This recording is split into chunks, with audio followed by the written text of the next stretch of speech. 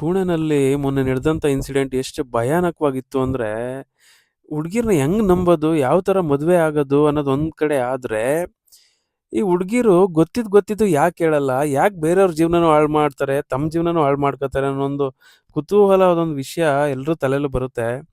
ಯಾಕೆಂದ್ರೆ ಅವ್ರಿಗೆ ಮದ್ವೆ ಇಷ್ಟ ಇಲ್ಲ ಅಂದ್ರೆ ಹೇಳ್ಬಿಡ್ಬೇಕು.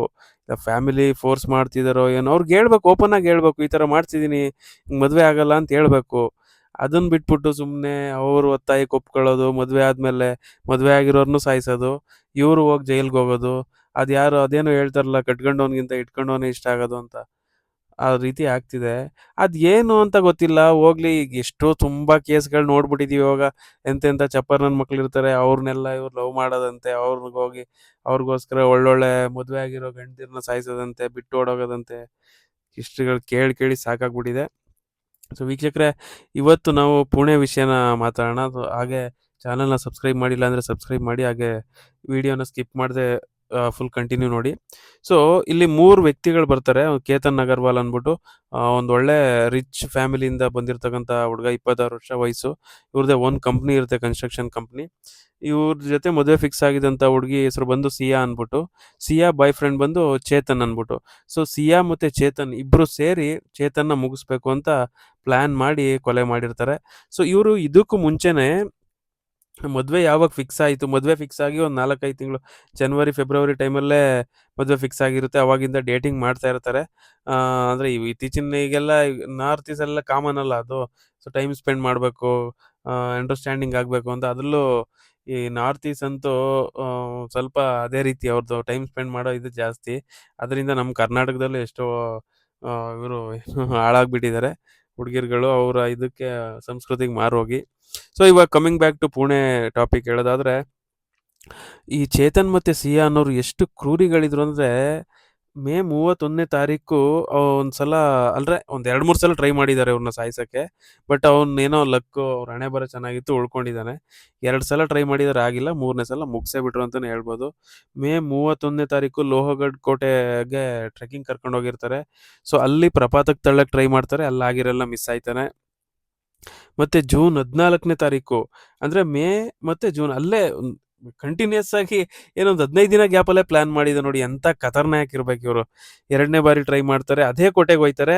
ಅದು ನೋಡಿ ಹೆಂಗೆ ಪ್ಲೇಸ್ ಫಿಕ್ಸ್ ಮಾಡಿದ್ದಾರೆ ಅಂದ್ರೆ, ಅವ್ರಿಗೆ ಮೈಂಡಲ್ಲಿ ಫಿಕ್ಸ್ ಆಗ್ಬಿಟ್ಟಿದೆ.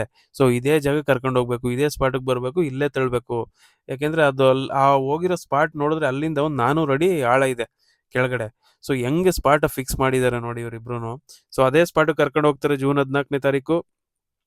ಅಲ್ಲಿ ಹಾವು ಬತ್ತು ಅನ್ನೋ ಭಯ ರೀತಿ ತರ, ಅಂದ್ರೆ ಹಾವು ಬಂದಾಗ ಗಾಬರಿಯಾಗಿ ಓಡ್ತಾರಲ್ಲ, ಹಂಗ್ ಓಡ್ ಬಂದಾಗ ತಳ್ಳೋದು, ಈ ತರ ಎಲ್ಲ ಪ್ಲಾನ್ ಮಾಡಿದ್ದಾರೆ.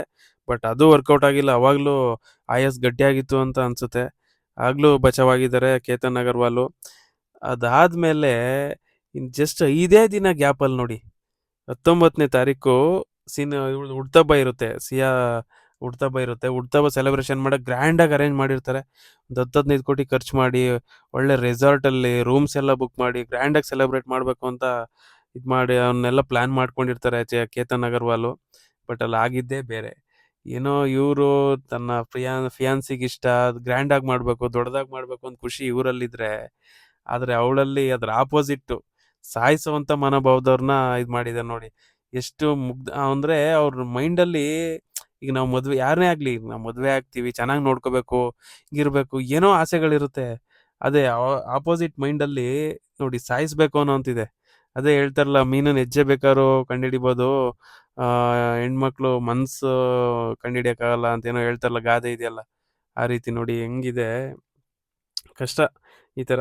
ಸೊ ಅದಾದ್ಮೇಲೆ ಮತ್ತೆ ಅದೇ ಇದನ್ನು ಮಹಾಬಲೇಶ್ವರದಲ್ಲಿ ಅಂದ್ರೆ ಬರ್ತ್ಡೇಗೆ ಮಹಾಬಲೇಶ್ವರ ರೆಸಾರ್ಟ್ ಅಲ್ಲಿ 40 ರೂಮ್ಗಳು ಬುಕ್ ಮಾಡಿರ್ತಾರೆ.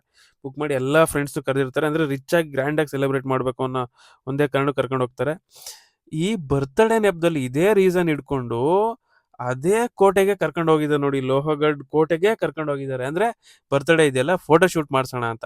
ಇವಾಗ ಹೆಂಗೆ ಅಂದ್ರೆ ರಿಚ್ ಆಗಿರೋರೆಲ್ಲ, ಈಗ ನಾವೆಲ್ಲ ಹಳ್ಳಿ ಕಡೆ ಅಂದ್ರೆ ಬರ್ತ್ಡೇ ಯಾವ ಕೇಕ್ ಕಟಿಂಗು, ಈ ಕೇಕ್ ಕಟಿಂಗು ಮಾಡ್ಕೋತಿರಲ್ಲ. ಬಟ್ ಇತ್ತೀಚೆಗೆಲ್ಲ ಟ್ರೆಂಡ್ ಆಗಿದೆ ಕೇಕ್ ಕಟಿಂಗು ಅಂತ, ಅದನ್ನ ಮಾಡ್ಕೋತಾರೆ. ಬಟ್ ಈಗ ವೆಸ್ಟರ್ನ್ ಅಲ್ಲೆಲ್ಲ, ನಾರ್ತ್ ಈಸ್ಟ್ ಎಲ್ಲ ಅದಕ್ಕೂ ಫೋಟೋ ಶೂಟ್ ಅನ್ಕೊಂಡು ಹೆಂಗೋ ಒಪ್ಸಿದಾಳೆ. ಅಂದ್ರೆ ಇವಳು ರೀಸನ್ ಬೇಕಲ್ಲ, ಅವ್ನಿಗೂ ಅದೇ ಬೇಕಿತ್ತು, ನಂಬ್ಕೊಂಡು ಹೋಗಿದ್ದಾನೆ.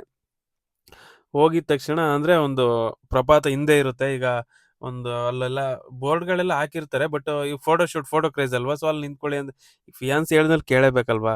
ಹಂಗ್ ನಿಲ್ಸಿರ್ತಾರೆ. ಹಂಗ್ ನಿಲ್ಸಿದ್ದಾಗ ಇವಳು ಸಿಯಾ ಅನ್ನೋಳು ಅಂದ್ರೆ ಬಾಯ್ ಫ್ರೆಂಡ್ ಇವ್ರು ಫಸ್ಟೇ ಪ್ರೀ ಪ್ಲಾನ್ ಮಾಡ್ಕೊಂಡು ಈ ಸಿಯಾ ಮತ್ತೆ ಚೇತನ್ ಅವರು ಫಸ್ಟೇ ಪ್ರೀ ಪ್ಲಾನ್ ಮಾಡ್ಕೊಂಡು ಅಂದ್ರೆ ಯಾಕೆಂದ್ರೆ ಇದು ಒಂದು ತುಂಬಾ ತಿಂಗಳುಗಳಿಂದನೇ ಮಾಡಿದ್ದಾರೆ. ತುಂಬಾ ತಿಂಗಳಿಂದನೇ ಮಾಡಿ ಇವಾಗ ಇಲ್ಲಿ ಫೋಟೋ ಶೂಟ್ 2 ಸಲ ಫೇಲ್ ಆಗಿದೆ. ಈ ಫೋಟೋ ಶೂಟ್‌ಗೆ ಅಂದ್ಬಿಟ್ಟು ಒಂದು ಇದ್ರ ಮೇಲೆ ಜಾಗದ ಮೇಲೆ ನಿಲ್ಲಿಸ್ತೀನಿ. ಬಂದ್ ತಳ್ಬಿಡು. ಈ ತರ ಪ್ಲಾನ್ ಮಾಡೋಣ ಸಾಯಿಸೋಣ ಅನ್ಕೊಂಡು ಮಾತಾಡ್ಕೊಂಡು ಪ್ಲಾನ್ ಮಾಡಿ ಎಲ್ಲ ಎಕ್ಸಿಕ್ಯೂಟ್ ಮಾಡ್ತಾರೆ. ಸೊ ಅವನು ಬಂದಿರ್ತಾನೆ ಬಾಯ್ ಫ್ರೆಂಡು. ಇವಳು ಬಂದು ಅಲ್ಲಿ ನಿಂತ್ಕೊಂಡಾಗ ಫೋಟೋ ಶೂಟ್ ಮಾಡುವಾಗ ಸನ್ನೆ ಅಂದ್ರೆ ಕೈ ಸನ್ನೆ ಮಾಡಿರ್ತಾರೆ ಸಿಗ್ನಲ್ ಕೊಟ್ಟಿದ ತಕ್ಷಣ ಅವನು ಬಂದು ನಡ್ಕೊಂಡು ಹೋಗೋ ಥರ ತಳ್ಳಿದಾನೆ. ತಳ್ಳಿದ ತಕ್ಷಣ 400 ಅಡಿ ಆಳಕ್ಕೆ ಬಿದ್ದು ಸತ್ತೋಗಿದ್ದಾನೆ. 400 ಅಡಿ ಅಂತ ತಮಾಷೆನಾ ಹೋಗ್ಲಿ. ಈಗ ಏನು ಒಂದು ಬಿಲ್ಡಿಂಗ್ ಅಂದ್ರೆ ಒಂದು 15-20 ಅಡಿ ಬಿಲ್ಡಿಂಗ್ ಮೇಲೆ ಬಿದ್ರೇನೆ ಉಳ್ಕೊಳ್ಳೋದು ಕಷ್ಟ. ಇನ್ನು 400 ಅಡಿ ಅಂದ್ರೆ ಅದು ಬಂಡೆಗಳು ಮರಗಳೆಲ್ಲ ಇರುತ್ತೆ. ಆ ಪುಣೆ ಫೋರ್ಟ್ಗಳು ನೋಡಿದ್ರೆ ಭಯ ಆಗುತ್ತೆ, ಅಷ್ಟು ಡೀಪ್ ಇರುತ್ತೆ. ಆ ಥರ ಇಲ್ಲಿ ತಳ್ಳಿ ಸಾಯಿಸಿದ್ದಾರೆ. ಅದೊಂದು 350ರಿಂದ 400 ಅಡಿ ಆಳಕ್ಕೆ ಪ್ರಪಾತಕ್ಕೆ ಬಿದ್ದು ಸತ್ತೋಗಿರೋದು. ಇದಾದ್ಮೇಲೆ ಏನ್ ಕತೆ ಕಟ್ಟಿದ್ದಾರೆ ಅಂದ್ರೆ ಕಾಲ್ ಜಾರ್ ಬಿದ್ದಿರೋದು ಅಂತ ಕತೆ ಕಟ್ಟಿದ್ದಾರೆ. ಇವಳು ಸಿಯಾ ಬಂದು ಅಂದ್ರೆ ಸೀನ್ ಕ್ರಿಯೇಟ್ ಮಾಡಿರೋದು ಇವರು. ಅವನ ಪಾಡ್ಗೆ ಅವ್ನು ಹೋಗ್ಬಿಟ್ಟಿದ್ದಾನೆ ತಳ್ಳಿ. ಇವಾಗೆಲ್ಲ ಇದ್ರಲ್ಲಿ ಫೋರ್ಟ್ ಅಂದ್ರೆ ಅಲ್ಲಿ ಹೆಂಗೆ ಅಂದ್ರೆ ಅಲ್ಲಿ ಫೋರ್ಟ್ ಅಲ್ಲಿ ಫಾಗ್ ಜಾಸ್ತಿ ಈ ಟೈಮಲ್ಲಿ, ಮತ್ತೆ ಮಳೆ ಟೈಮ್ ಅಲ್ವಾ ಇದೆಲ್ಲ. ಸೊ ಹಂಗಾಗಿ ಜನಗಳು ಅಷ್ಟು ಇದು ಮಾಡೋಕ್ಕಾಗಲ್ಲ. ಯಾಕೆಂದ್ರೆ ಎಲ್ಲ ಅವ್ರವ್ರ ಫೋಟೋ ಶೂಟ್ ಅದ್ರಲ್ಲಿ ಬ್ಯುಸಿ ಆಗಿರ್ತಾರೆ. ಸೊ ಹಂಗಾಗಿ ಇವಳು ಫೋಟೋ ತೆಗಿಸುವಾಗ ಕಾಲ್ ಜಾರ್ ಬಿದ್ದಿದ್ದು ಅಂತ ಇದು ಮಾಡಿದ್ದಾರೆ. ಮೋಸ್ಟ್ಲಿ ಆ ಫೋಟೋಗ್ರಾಫರ್ಸ್ ಫೋಟೋ ಮಾಡುವಾಗ ಏನಾದ್ರು ಅವ್ರನ್ನ ಕಳಿಸ್ಬಿಟ್ಟು ಇವರಿಬ್ಬರೇ ನಿಂತ್ಕೊಂಡು ಹೋಗಿ ಇದು ಮಾಡಿದ್ರೋ ಏನೋ ಗೊತ್ತಿಲ್ಲ. ಯಾಕೆಂದ್ರೆ ಫೋಟೋ ತೆಗಿಯೋರಾಗಿದ್ರೆ ಫೋಟೋದಲ್ಲಿ ಕ್ಯಾಪ್ಚರ್ ಆಗಿರೋದು ಅವ್ನು ಬಂದಿರೋದು. ಬಟ್ ಅದಾಗಿಲ್ಲ ಅಂದ್ರೆ ಇವರು ಏನೋ ಮೋಸ್ಟ್ಲಿ ಮೊಬೈಲಲ್ಲಿ ತೆಗಿಸ್ತಿದ್ರೋ ಏನೋ ಗೊತ್ತಿಲ್ಲ. ತಳ್ಳಿ ಸಾಯಿಸಿದ್ದಾರೆ. ಅದಾದ್ಮೇಲೆ ಸೀನ್ ಕ್ರಿಯೇಟ್ ಮಾಡಿದ್ದಾರೆ. ಒಂದು ಕಾಲ್ ಜಾರ್ ಬಿದ್ದೋಗಿರೋದು ಅಂದ್ಬಿಟ್ಟು. ಬಟ್ ಇದನ್ನ ಹಂಗೆ ಪೊಲೀಸ್ನವರು ನಂಬ್ಕೊಂಡಿದ್ದಾರೆ. ಏನಪ್ಪಾ ಕಾಲ್ ಜಾರ್ ಮಿಸ್ ಆಗಿ ಬಿದ್ದೋಗಿರೋದು ಈ ಥರ ಇನ್ಸಿಡೆಂಟ್ಗಳು ಆಗ್ತಾ ಇರ್ತವೆ ಅನ್ಕೊಂಡು. ಬಟ್ ಇನ್ವೆಸ್ಟಿಗೇಷನ್ ಮಾಡುವಾಗ ಈಗ ಯಾವುದೇ ಇದೆ ಆದ್ರೂ ಸ್ಟೇಟ್ಮೆಂಟ್ ತಗೋತಾರಲ್ವಾ, ಏನಕ್ಕೆ ಹೋದ್ರಿ, ಎಲ್ಲಿ ಹೋದ್ರಿ, ಹೆಂಗೆ ಹೋದ್ರಿ ಸ್ಟೇಟ್ಮೆಂಟ್ ತಗೋತಾರಲ್ವಾ. ಆ ಸ್ಟೇಟ್ಮೆಂಟ್ ತಗೊಳ್ಳುವಾಗ ಒಂದು 2-3 ಸಲ ತಪ್ಪು ಗಾಬ್ರಿಲಿ ಏನು ಹೇಳ್ಬೇಕು ಅಂತ ಗೊತ್ತಾಗ್ದೇ ತಪ್ಪು ಉತ್ತರ ಬೇರೆ ಬೇರೆ ಥರ ಡಿಫ್ರೆಂಟ್ ಉತ್ತರಗಳು ಕೊಟ್ಟಿದ್ದಾರೆ. ಸೊ ಈಗ ಆ ಒಂದು ಪಾಯಿಂಟ್ ಆಫ್ ಟೈಮಲ್ಲಿ ಪೊಲೀಸ್ನವ್ರಿಗೆ ಡೌಟ್ ಬಂದಿರುತ್ತೆ. ಸೊ ಡೌಟ್ ಅಂದರೆ ಪೊಲೀಸ್ನವ್ರು ಒಳ್ಳೆಯವರಾಗಿ ಡೌಟ್ ಬಂದು ಇನ್ವೆಸ್ಟಿಗೇಷನ್ ಮಾಡಿದ್ಕೆ ಬಚಾವಾಯಿತು. ಇಲ್ಲ ಅಂದಿದ್ರೆ ಕತೆ ಅಲ್ಲಿಗೆ ಕ್ಲೋಸು. ಅವನು ಕಾಲ್ ಜಾರ್ ಬಿದ್ದು ಸತ್ರು, ಇವ್ರದ್ದು ಕೇಸ್ ಮುಗೀತು, ಖತಮ್, ನಾಟಕ ಬಂದು ಇವರಿಬ್ರು ಲವರ್ಸ್ ಒಂದಾಗಿ ಮದುವೆ ಆಗ್ತಿದ್ರು ಅಷ್ಟೇ. ಬಟ್ ಆ ಪೊಲೀಸವ್ರು ಒಳ್ಳೆ ಇದರಿಂದ ಇವ್ರೇನೋ ಏನೋ ಪುಣ್ಯ ಐತೇನೋ ಅವ್ರ ಅಪ್ಪ ಅಮ್ಮ ಮಾಡಿದ್ದು, ಕೊಲೆ ಮಾಡಿದವ್ರಿಗೆ ಶಿಕ್ಷೆ ಆಗಬೇಕು ಅಂತ ಇತ್ತೇನೋ.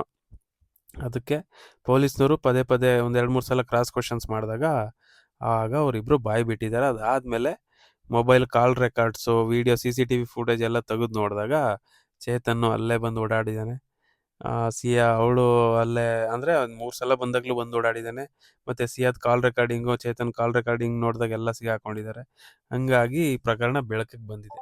ಇಲ್ಲ ಅಂದಿದ್ರೆ ಪಾಪ ಅವನು ಯಂಗೆಸ್ಟ್ ಇದು ಬಿಸ್ನೆಸ್ ಮ್ಯಾನು ಏನೋ ಕಾಲ್ ಜಾರ್ ಮಿಸ್ ಆಗಿ ಸತ್ತ ಅಂತ ಅವ್ರ ಮನೆಯವರು ನಂಬ್ಕೊಂಡು ಹಿಂಗೆ ಕೇಸ್ನೇ ಕ್ಲೋಸ್ ಮಾಡ್ತಿದ್ರು. ಈಗ ಒಂದು ಅರ್ಥ ಆಗ್ತಿಲ್ಲ ನನಗೆ. ಈಗ 26 ವರ್ಷದ ಹುಡುಗ, ಅದು ಶ್ರೀಮಂತ ರಿಚ್ ಬಿಸ್ನೆಸ್ ಮ್ಯಾನ್ ಹುಡುಗ, ಜೀವನದಲ್ಲಿ ಎಷ್ಟು ಆಸೆಗಳಿರುತ್ತೆ. ಈಗ ಒಂದು ಬರೀ ಬರ್ತ್ಡೇಗೇನೆ 10 ಕೋಟಿ 17 ಕೋಟಿ ಖರ್ಚು ಮಾಡೋಕ್ಕೆ ರೆಡಿ ಆಗಿದ್ದ ಅಂದರೆ ಅರ್ಥ ಮಾಡ್ಕೊಳ್ಳಿ ಅವ್ರಿಗೆ ಎಲ್ಲಿ ಎಷ್ಟು ಆಸೆ ಇಟ್ಟಿದ್ದ, ಎಲ್ಲಿ ಯಾವ ಥರ ಪ್ರೀತಿ ಮಾಡೋಕ್ಕೆ ಇದು ಮಾಡಿದ್ದ ಅವನು. ಯಪ್ಪ, ಅಷ್ಟು ಪ್ರೀತಿ ಎಷ್ಟೋ ಜನಕ್ಕೆ ಸಿಗೋದೇ ಇಲ್ಲ. ಅದೇ ಹೇಳ್ತಾರಲ್ಲ, ಹಲ್ಲಿದ್ದವ್ರಿಗೆ ಕಡಲೆ ಇರಲ್ಲ, ಕಡಲೆ ಇದ್ದವ್ರಿಗೆ ಹಲ್ಲಿರಲ್ಲ ಅಂತ ಹೇಳ್ತಾರಲ್ಲ, ಹಂಗೆ ಎಷ್ಟೋ ಜನ ಒಳ್ಳೆ ಹುಡುಗ ಸಿಕ್ಕಿದ್ರೆ ಸಾಕು ಮದುವೆ ಆಗ್ಬಿಡ್ತೀವಿ ಅಂತಾರೆ, ಸಿಗೋದೇ ಇಲ್ಲ. ಇಂತೆಂಥ ಒಳ್ಳೆ ಹುಡುಗರಿಗೆ ಇಂಥ ಕೆಟ್ಟವ್ರು ಸಿಗ್ತಾರೆ.